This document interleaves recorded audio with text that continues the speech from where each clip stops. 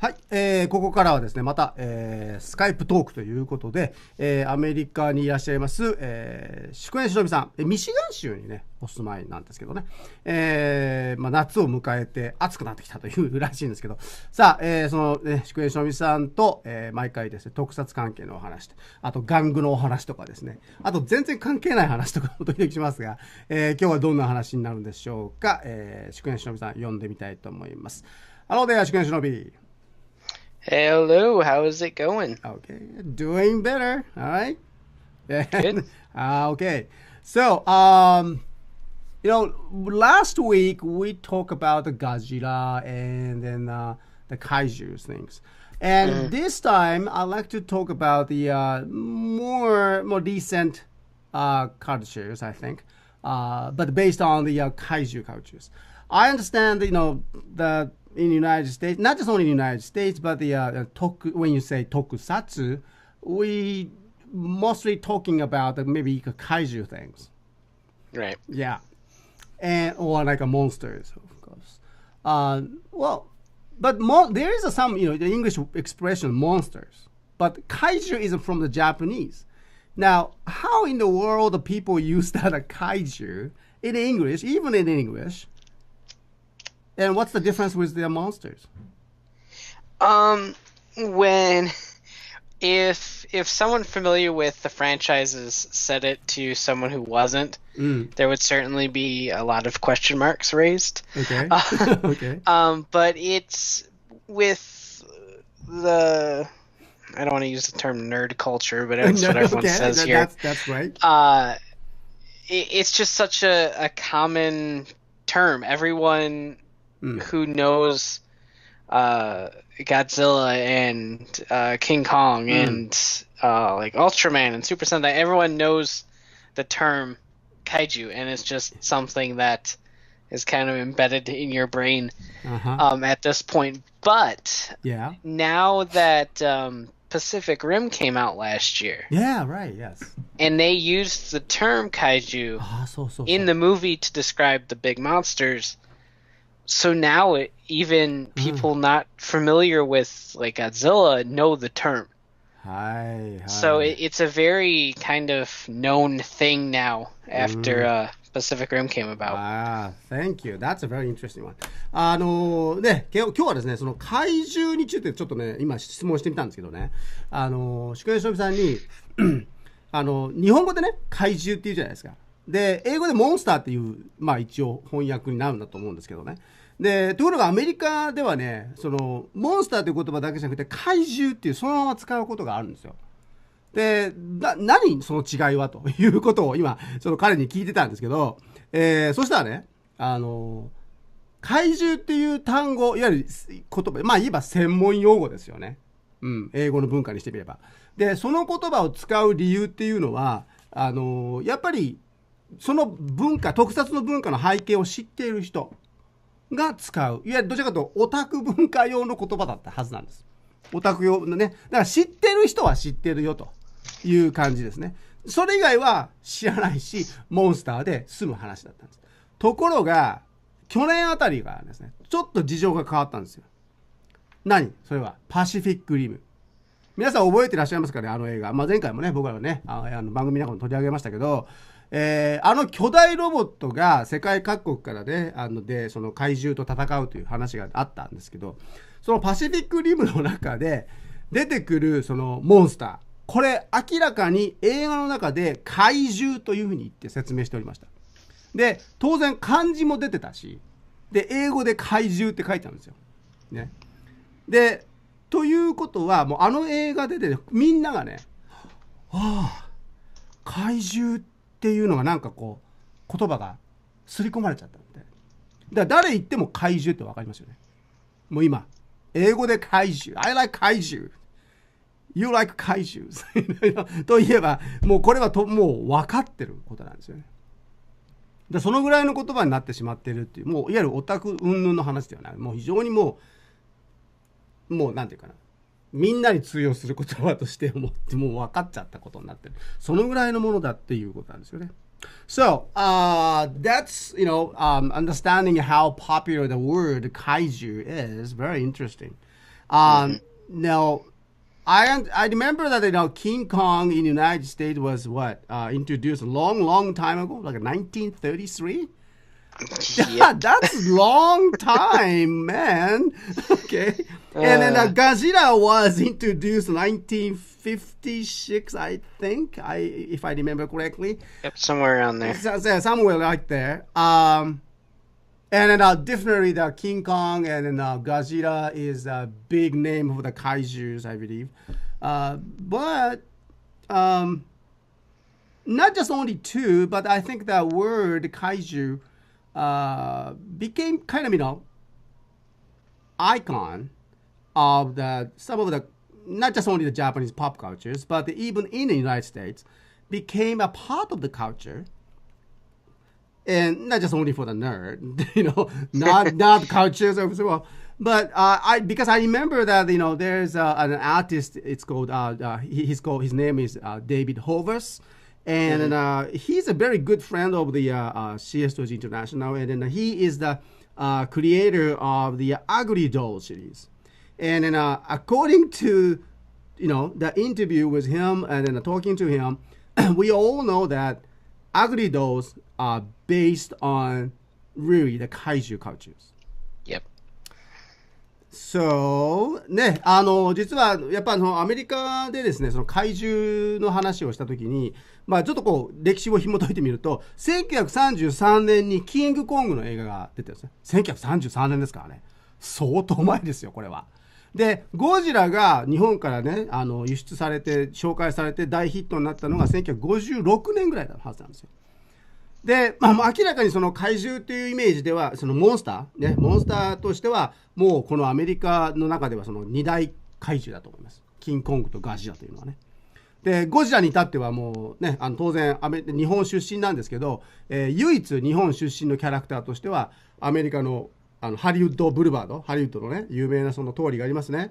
で、そこの、歩道のところにですね、ウォークオブフェイムっていう、今売れた、ね、キャラクターや俳優さんたちが名前が刻まれる場所があるんです。大変名誉なことなんですけど、そこに唯一日本からのキャラクターとしてゴジラが刻まれているということで、やっぱそのぐらいにあるんですけど、単にそれだけに終わらずにですね、他の分野にも影響を与えてきている。で、今ご紹介したんですけど、デイビッド・ホーバスさんっていうね、アーティストの方がいらっしゃいまして、で、この方は、何を隠そう、CSTOYS インターナショナルのですね、ロゴマークを作ってくれた方でもあるんですけど、この方も作られたですね、アグリードールっていうですね、世界的にも大変ヒットしている、ぬいぐるみのキャラクター、単にぬいぐるみだけじゃないんですけど、今はね、がございます。で、彼のね、お話によると、もう実際そのアグリードールっていうのは、いわゆるモンスターなんですよ。で、その背景にはやっぱ怪獣文化、怪獣大好きなんですよね。そのデイビッドさんっていう方はですね。だからその辺が関係してきてるし、もうこれは怪獣文化っていうのがいろんな幅広いところにですね、底辺まで、染みてるんだなという感じを受けておりますね。So, I just bring down the name of the ugly dolls, then because of that, one of the good example that kaiju culture influences that we can see. Absolutely. So, do you think that there's something more kaiju related? I don't know if there's any food or music or fashions or something. Not a whole lot that I can think of. There's not music in particular, but there are a lot of independent bands that like to do songs based upon pop culture, and Godzilla does pop up a lot, obviously. Toy-wise, there's definitely a lot of different Godzilla toy lines that have come out here that have done fairly well. But it's very, very much a kind of lesser of an influence. You can tell when certain things were influenced by kaiju culture, because it's one of those things where you can just kind of tell by the monster design. Right. That I mean, monster design in general here. Before, when you talked monster, it was always like werewolves and vampires and Frankenstein and stuff. なるほどね。And with Godzilla and Mothra and all those other kaiju hitting over here, the concept of monster starts to change. And now the term monster is more closely adapted to things like Godzilla, big dragons. Big dragons. And stuff like that. So see. It's you can always kind of tell. Yeah. Okay. That's a good example, actually. 今ね、ちょっと宿屋しのびさんにアグリドール以外にですね、何か他に怪獣の文化がね、影響を与えているところってあるんかなと。例えば音楽の文化であったりとか、ファッションであったり、そういうのになんかちょっとこう出てくるようなのが、匂ってくるようなものがあるのかなという話を聞いたんですけど、パッと思いつくものはそんなにないんだけど、時々音楽関係でよくロックバンドとかね、その中のが、ゴジラの名前を使って歌詞の中にね、いわゆる化け物扱いで、モンスター扱いとしてそのゴジラの名前を出してくるとか、そういう歌の中に出てくることもあるっていう。で、あとですね、これっていうわけではない、商品として出てくるわけじゃないんだけど、明らかに怪獣文化というかね、モンスター文化っていうのが、モンスターの概念が変わってきたのはあるよねと。で、ゴジラとかが出てくるまでのモンスターの姿というのは、おおよそ当時の人たちが考えてたのは、例えば人狼とか狼男ね、狼男であったり吸血鬼であったりフランケンシュタインであったり、いわゆる伝説の中に生きてたちょっと妖怪、どちらかというと妖怪で等身大、ちょっと大きくてもフランケンシュタイン、のようなイメージがあったらしいんですよ。だからキングコングが1933年に登場してきた時は、そりゃもう皆さんは驚いたことでしょう。もうその当時のいわゆるモンスターのね概念をガーンって崩しちゃった。で、もちろんゴジラも出てきたし、でどうなんでしょう。恐竜の発掘とかさ、で過去の遺跡だとかね、そういうのを発掘が進んだりとか紹介されたりとか、そういうなんていうかな、博物館とかが普及してくるのも大体多分そのあたりなんじゃないんですかね。だんだんみんなが怪獣のイメージっていうのがこう広がっていく、モンスターのイメージが変わっていく時期がその頃にあったんじゃないでしょうかね。そんな感じしますね。で、例えば具体的に言えば、火を吹いて飛ぶドラゴン、最近僕たちが映画で見てるんですけど、ほとんど怪獣じゃないですかね。ものすごく巨大で、やっぱあたりにも影響を与えてるだろうし、非常にね、ゴジラ、怪獣のモンスターね、概念も変えてしまったっていう感じですね。大体時代にマッチしてきてると言っていいんでしょうかね。Yeah, so, but when we talk about the kaijus and from the as a toy seller, I see and I handle the kaiju toys a lot every day. Yeah, and one thing I noticed that I like to talk about is that the size of the vinyl figures for the kaijus. And then I see some of that, for example, like an Ultra Monster series. Ultra Monster series, they have the 500 yen figures. And then, now they have the Ultra Monster DX series, which is about $1,500, about $15. Yeah, $15. It's pretty close to dead even now, so it's really easy to convert.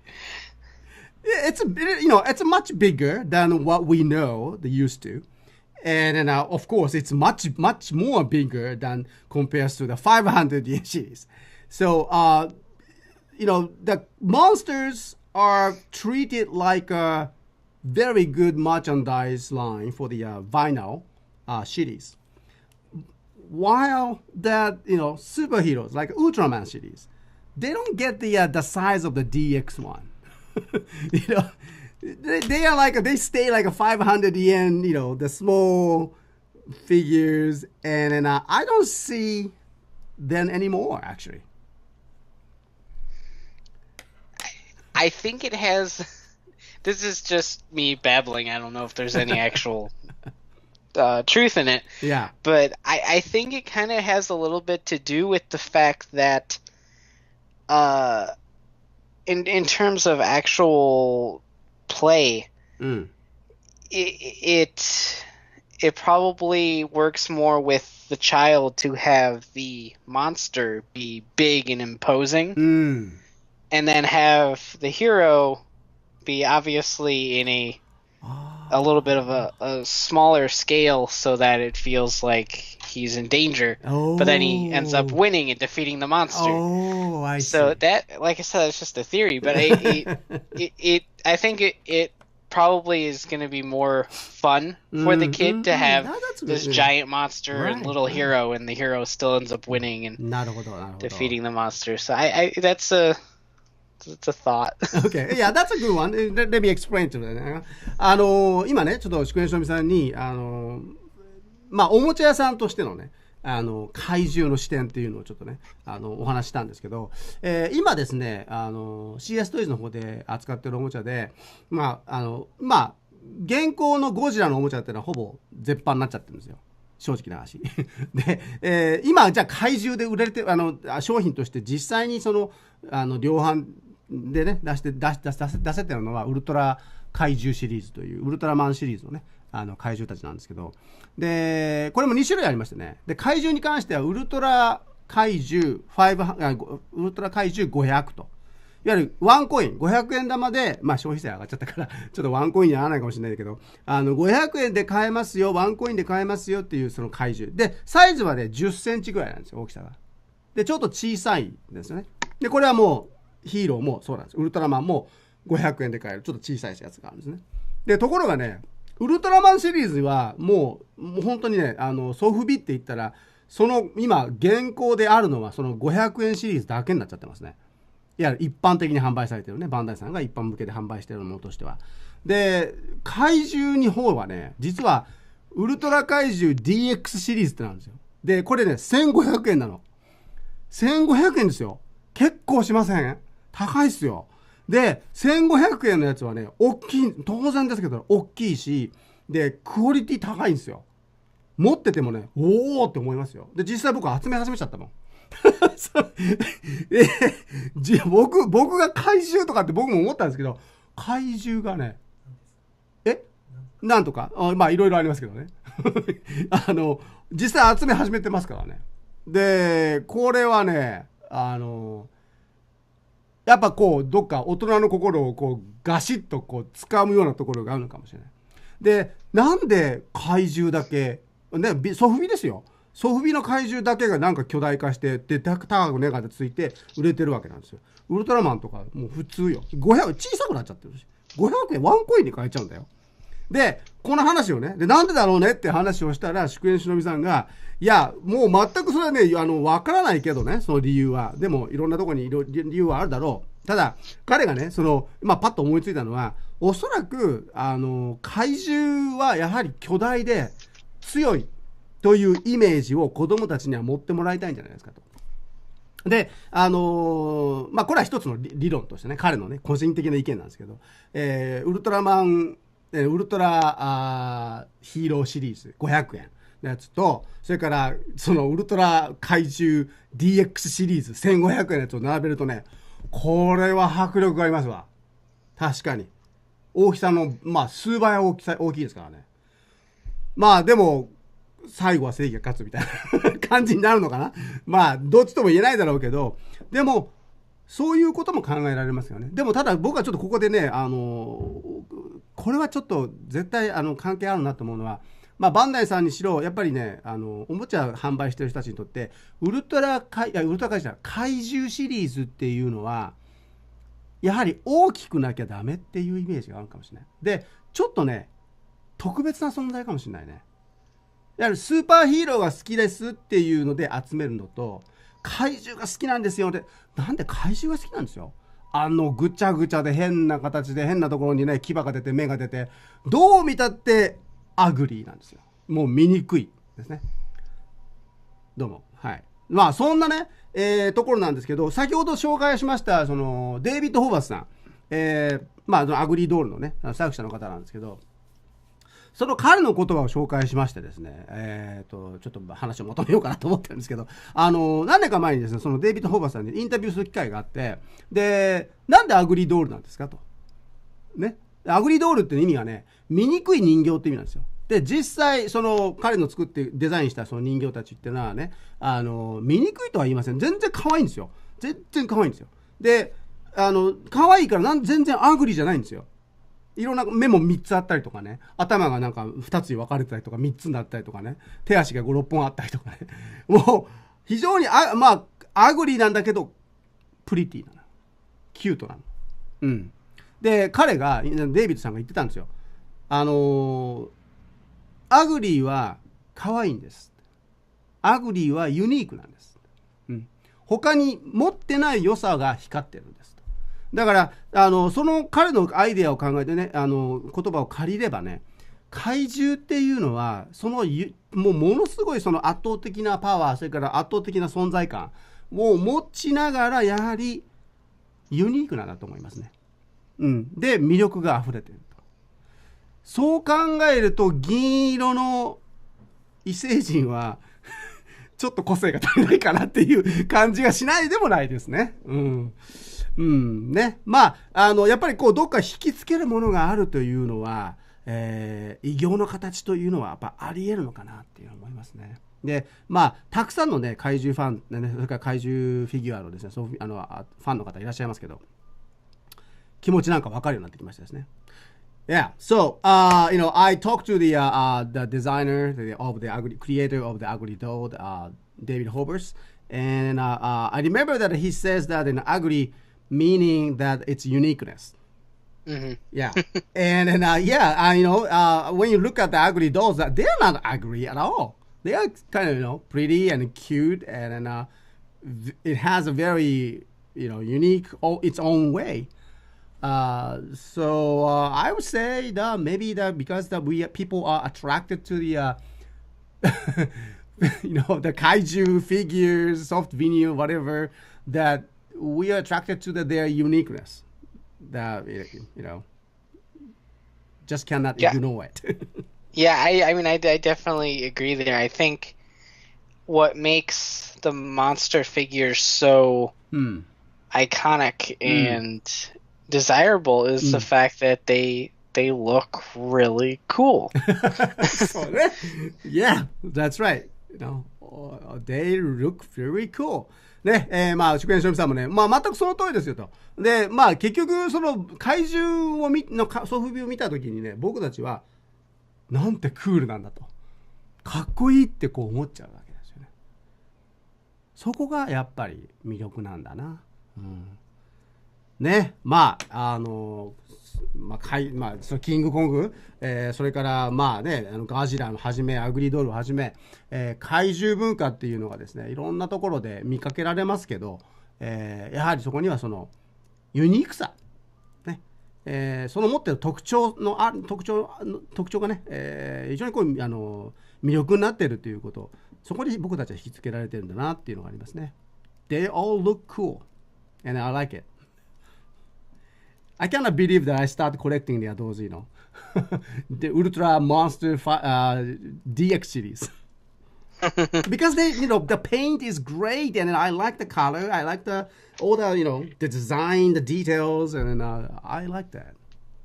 Yeah, I mean, I don't collect them, but I think they look great. Yeah. I like the bigger scale myself. I think you end up seeing a lot more detail. They can use a lot more paint, and they just end up looking really nice. Actually, the Godzilla movie here has a toy line, and one of the toys, I don't know how much they're doing because I don't actually know how many monsters are in the film. I think the film is just Godzilla.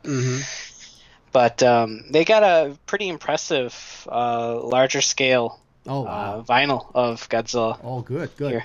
ね、ゴジラの新しい映画のですね、おもちゃもですね出てきてるそうですので、ね、非常にいいね、楽しみな感じでございます。